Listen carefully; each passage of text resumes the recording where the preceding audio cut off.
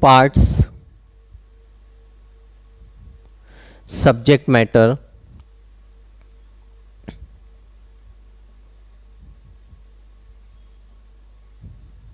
then article cover.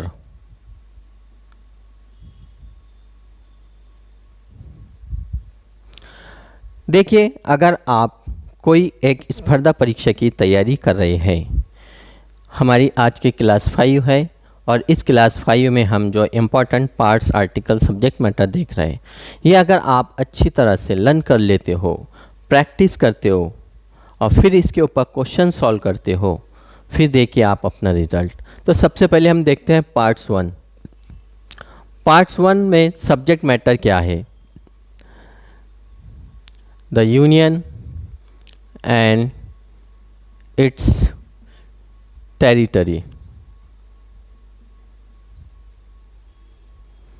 Union and it's territory, कोई भी new राज्य बनाना हो, राज्य से रिलेटेड कोई टॉपिक है, बॉर्डर कम ज़्यादा करना है, भाषा की बेस पे सबसे पहले आंध्र प्रदेश ये राज्य अलग हुआ था। फिर स्टेप बाय स्टेप पूरे भारत में हमने देखा है, आज 28 स्टेट और 8 यानी 8 केंद्र शासित प्रदेश है। तो ये सब इसकी डिटेल इन्फॉर्मेशन, जो रूल्स रेगुलेशंस है, ये हमें मिलेगा आर्टिकल 1 से 4 में। Understand? Next part second. Part second subject matter आता है सिटीजनशिप।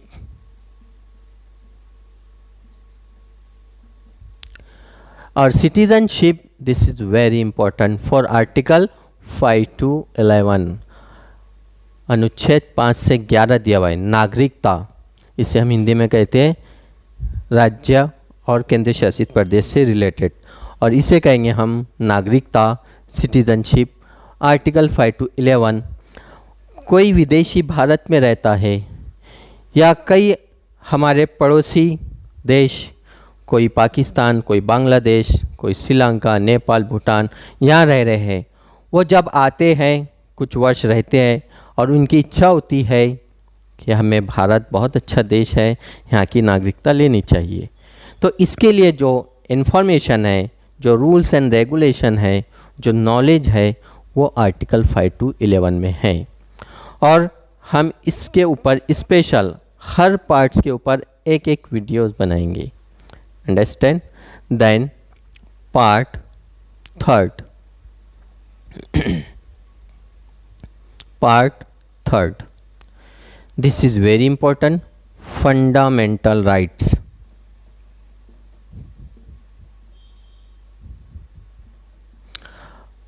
फंडामेंटल राइट्स के लिए आर्टिकल 12 to 35। फंडामेंटल राइट्स मौलिक अधिकार।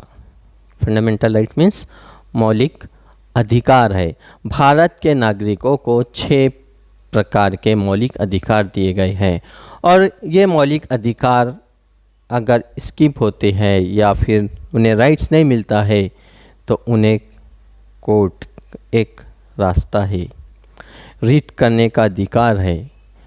ये टोटल डिटेल इन्फॉर्मेशन स्पेशल एक एक आर्टिकल दी हुई है 12 से 35 में। ओके, फंडामेंटल मीन्स मौलिक अधिकार। Then part 4, directive principle of state policy. Directive principle of state policy.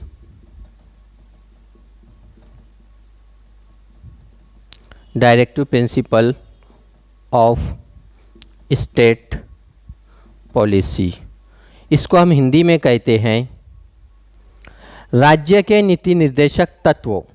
राज्य के नीति निर्देशक तत्व, इसके लिए स्पेशल आर्टिकल है 36 to 51, 36 से 51।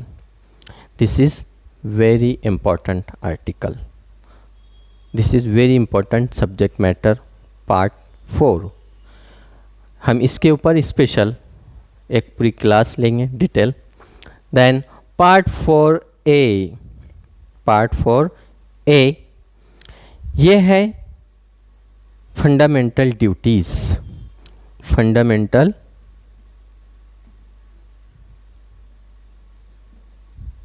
ड्यूटीज। अब फंडामेंटल ड्यूटीज़ को हिंदी में हम कहते हैं मूल कर्तव्य। इसके लिए स्पेशल आर्टिकल है 51A, आर्टिकल 51A दी हुई है। अंडरस्टैंड। देन पहले फंडामेंटल ड्यूटीज़ 10 ही थे, अभी प्रेजेंट में 11 है। Then part 5th, the union government, the union government. अब द यूनियन गवर्नमेंट में ऑलरेडी अलग अलग सब्जेक्ट्स है, इसको हम डिटेल देखेंगे। जो सेंट्रल गवर्नमेंट जिसे कहते हैं, केंद्र सरकार, जो हमारी लोकसभा, राज्यसभा, राष्ट्रपति, सुप्रीम कोर्ट, सेंट्रल गवर्नमेंट का पूरा सिस्टम इसमें अवेलेबल है। आर्टिकल 52 से 151, आर्टिकल 52 से 151। This is very important for the union government. Then part 6, the state government, राज्य सरकार, द स्टेट गवर्नमेंट, राज्य सरकार, 152 से 237, अनुच्छेद 152 से आर्टिकल अनुच्छेद 237 तक। तो माय डियर स्टूडेंट्स, अगर हम स्टेप बाय स्टेप इस तरह पार्ट, आर्टिकल और सब्जेक्ट मैटर याद रखते हैं, ध्यान रखते हैं, इसके बाद आप कोई भी प्रश्न सॉल्व करो। क्योंकि मैक्सिमम अगर आप 22 पार्ट्स और सब्जेक्ट मैटर और ऐसे आर्टिकल याद रख लेते हो तो फिर प्रश्न कोई भी हो 100% यू कैन सॉल्व इट, आप उससे सॉल्व कर सकते हैं। फॉर एग्ज़ाम्पल प्रश्न आ सकता है कि पार्ट 3 के लिए कौन सी आर्टिकल कवर होती है, या फिर आर्टिकल 5 to 11 के लिए कौन सा सब्जेक्ट मैटर है। आपको मैच द पेयर के लिए भी आ सकता है, या फिर ए और बी में जो है आपको उसका इफ़ेक्ट, रीज़न, इसके लिए भी क्वेश्चन आ सकता है, या डायरेक्ट प्रीलिम्स के लिए भी आ सकता है, या फिर आपको जो CAA NRC का मैटर है, सिटीजनशिप अमेंडमेंट एक्ट, ये आपको UPSC के मेंस एग्ज़ाम में भी आ सकता है। तो इस तरह पार्ट 7, 8, 9, 10, 7 ऑलरेडी 7वां जब अमेंडमेंट था इंडियन कॉन्स्टिट्यूशन का 1956, उसको डिलीट किया गया। डिलीट क्यों किया गया, कौन सा सब्जेक्ट मैटर है, कौन सी आर्टिकल है, हम इसको डिटेल देखेंगे। फिर मिलते हैं हम।